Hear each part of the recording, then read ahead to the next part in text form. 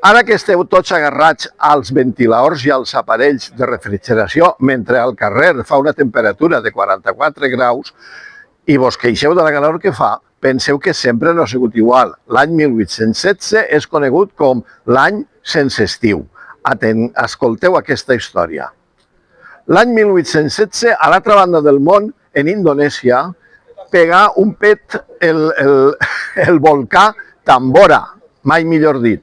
I com a producte d'aquella explosió, el cel se va omplir tot de núvols i afectar a tot l'hemisferi nord del planeta, fins i tot a les nostres terres.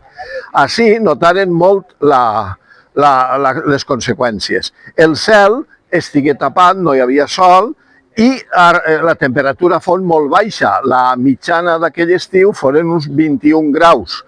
I en les nostres muntanyes, en la Bellida, així al Camp de Túria, en el Penyagolosa i allà baix en la Mariola, nevà en els mesos de maig i juny.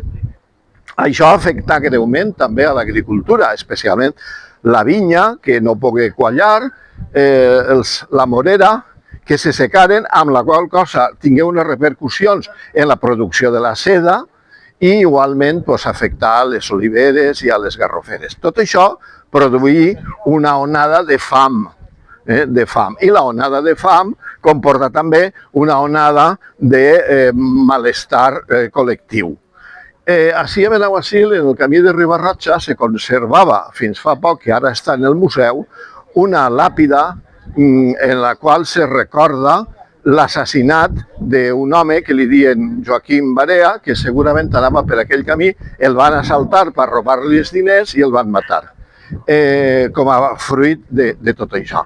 Recordeu, el 1816 no solament va ser un problema d'un volcà que va explotar, sinó que se va gravar en la consciència col·lectiva de totes les comarques del País Valencià i ha quedat en la nostra memòria.